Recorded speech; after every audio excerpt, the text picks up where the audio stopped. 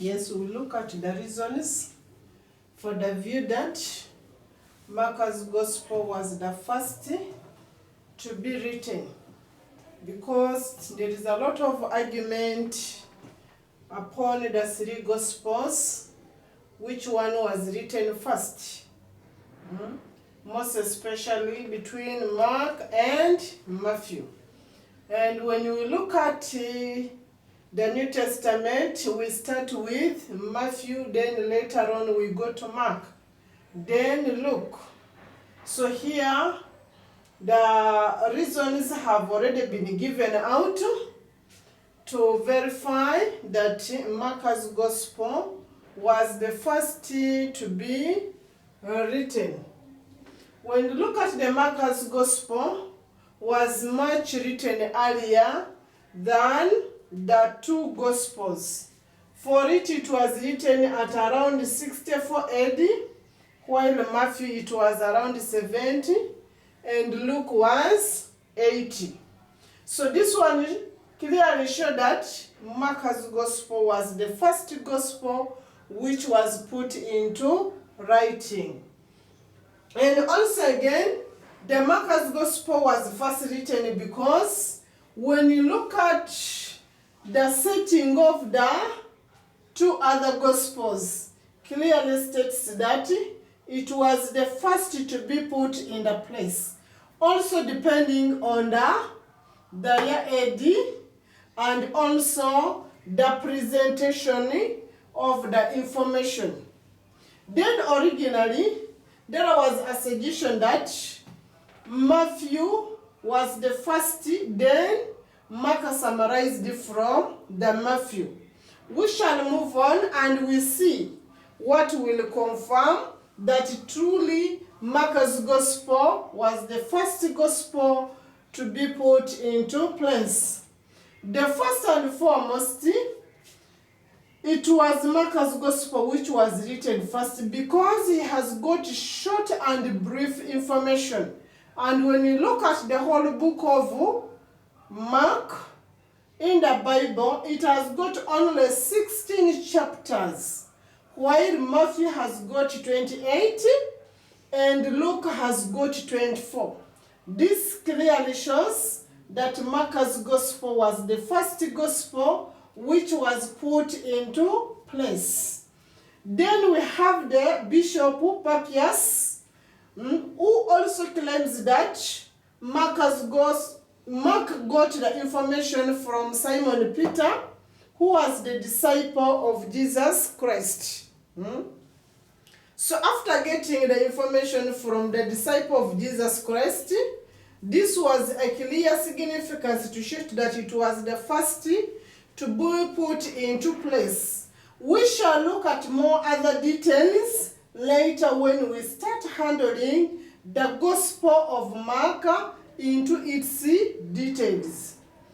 Then we also look at Mark was the first to be written because when Matthew and Luke were writing, they followed Mark's actual order of event.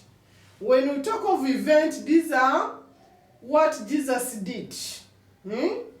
You look at the miracles, you look at the preaching, you look at his kind of movement. So the two writers were using Mark's idea. They were following Mark's event and the order, except that for them they could just enrich on what Mark had already put into place.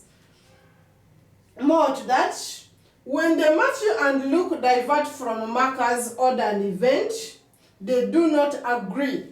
Meaning that when the two tried to write following Mark's order, there was a kind of disagreement which was between the two authors. That is the author of Matthew and the author of Luke.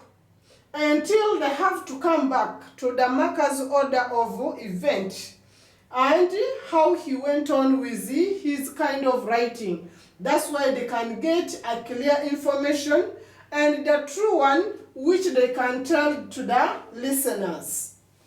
Mark is divided into 105 sections out of 93 occurs in Matthew, and 81 they occur in Luke, meaning that Mark was the first writer.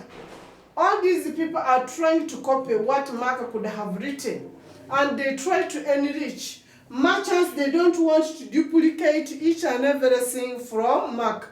But here it has already given us a clear picture that he was the first writer. When we come to the Luke's Gospel, Luke presents 320 verses of Mark's actual, which is almost 661 verses, meaning that he got the information from Mark. And also Matthew also reproduced 606 verses of Mark's actual out of 661 verses. That's why I said that Mark was the first writer. Because when you look at this one, they are just trying to reach there, but they don't want to show up that the information was derived from Mark's Gospel. They're just trying to beat through the bush, meaning that whatever which they are trying to produce, whatever which they are trying to present, it has been copied from Mark's Gospel. And out of 55 verses of Mark left by Matthew's Gospel, and 31 of these are found in Luke, meaning that the 55 which were left, they are also part of Matthew and Luke, except that they don't want to enter deeply into, but the information has already been given out here that they got their information from Mark, and these ones are being left out. The 55 are being left out of Matthew, and the 31 are being left out from the Gospel of Luke. When we look at it in terms of language, which Matthew used, it is almost taking 31% of Mark's actual words, and also Luke 53%, where is this 69%?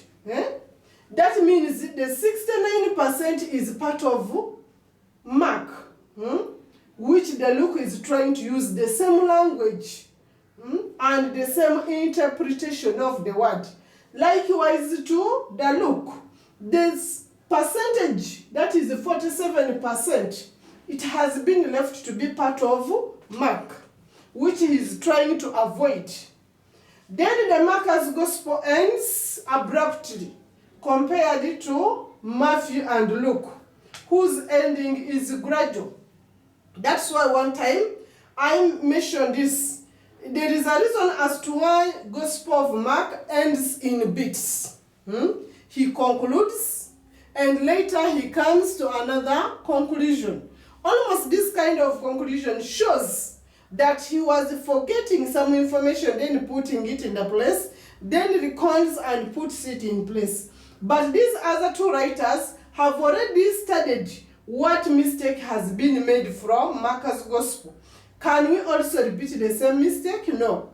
They can't repeat the same mistake. For them, they have to make their ending to be gradual and smooth, because they have already received an idea from the first writer whom they have copied from.